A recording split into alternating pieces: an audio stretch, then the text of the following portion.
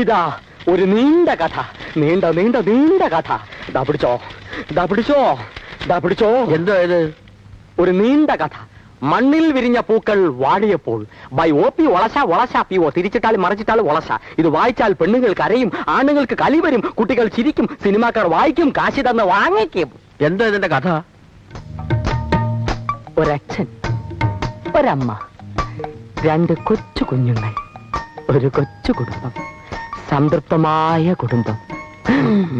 രാത്രി 12 മണി, നിശ്ചലമായ നിശ, എങ്ങും കനത്ത നിശബ്ദത. അതാ ഇരുട്ടിൽ നിന്നും ഒരാൾ പ്രത്യക്ഷപ്പെടുന്നു. പ്രത്യക്ഷപ്പെട്ട് ഒരു ബോംബ്, 2 ബോംബ്, 3 ബോംബ്,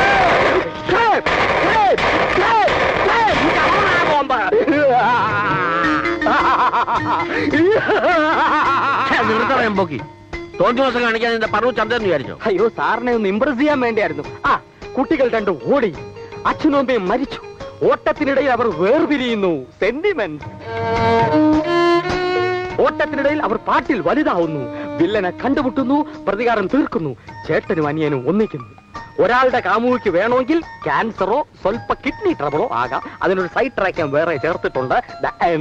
തീർന്നോ? വേണമെങ്കിൽ കുറച്ച് ഇലാബറേറ്റ് ആയിട്ട് പറയാം. ഇനി ഒരക്ഷരം മിണ്ടാൻ നിന്റെ കിഡ്നി ഞാൻ തകർക്കും. എന്നോട് പറ. ഇങ്ങനെയുള്ള ചീപ്പ് കഥകളൊന്നും ഞാൻ പ്രസിദ്ധീകരിക്കില്ലെന്ന് നിനക്ക് അറിഞ്ഞൂടെ?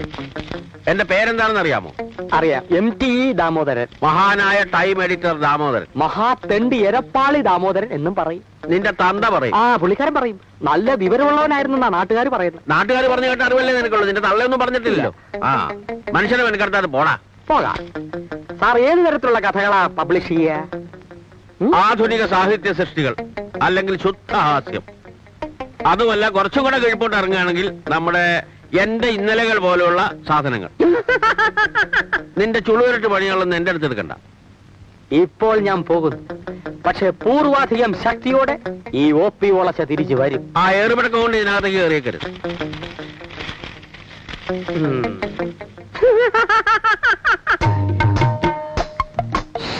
കാറ് പോവോ? പിന്നെ കാണാനാണ് നിർത്തിയിരിക്കുന്നത്. എന്നാ പോട്ടെ.